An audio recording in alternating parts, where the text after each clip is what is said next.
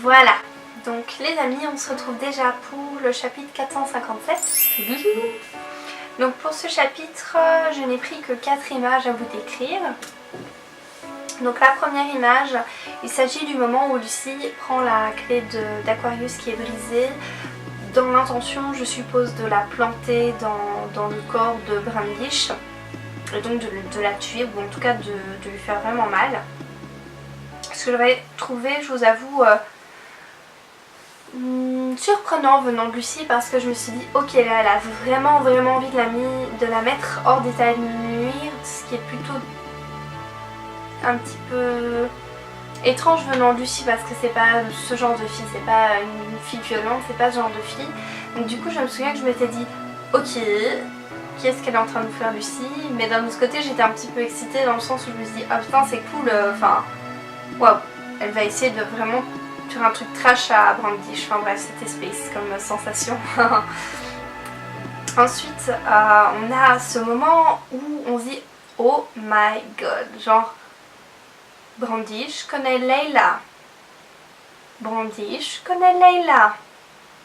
Et t'es là, ça pouvait pas tomber à un moment plus mal choisi que celui-là.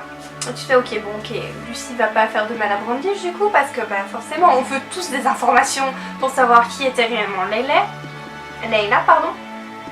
Bon maintenant on le sait hein, mais bref.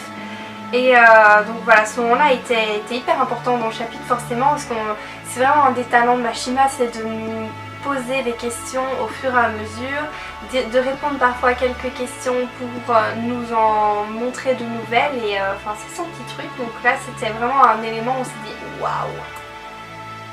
Ensuite, Lucy, ben, vu sa réponse, vu qu'elle dit oui tu connais ma mère, ben on voit la réaction de Brandish qui est vraiment une réaction pleine de haine, et on se dit oh là là, elle n'était pas amie avec Layla, elle l'aimait pas. Et donc bah, c'était des éléments importants forcément du chapitre. Ensuite on a, c'était, peut-être c'est pas très important, mais on a cette image, cette partie où on voit la puissance de Natsu, et il est vrai que c'est quand même un élément que Mashima met vraiment en exergue depuis la reprise du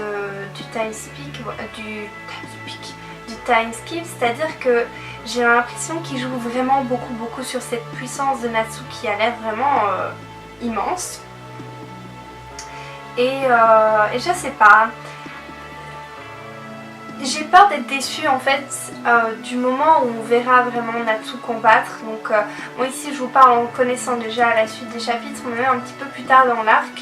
J'ai peur que cette puissance du coup elle ne réponde pas à nos attentes, ou que qu'elle ait été juste une puissance passagère, et que du coup on ne puisse pas réellement voir la puissance de Natsu comme il se doit contre des adversaires du même niveau que lui.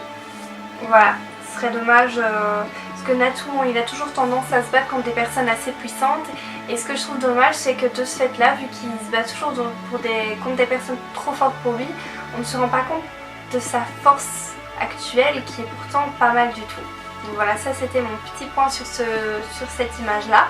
C'était à peu près tout pour ce chapitre, que j'avais pas... Enfin, si forcément, le passage avec lequel on se rend compte que Brandish connaît Layla était super intéressant, mais par rapport au reste du chapitre, j'avais pas trouvé de moment ultra intéressant quoi. Donc c'est déjà la fin pour le chapitre 457.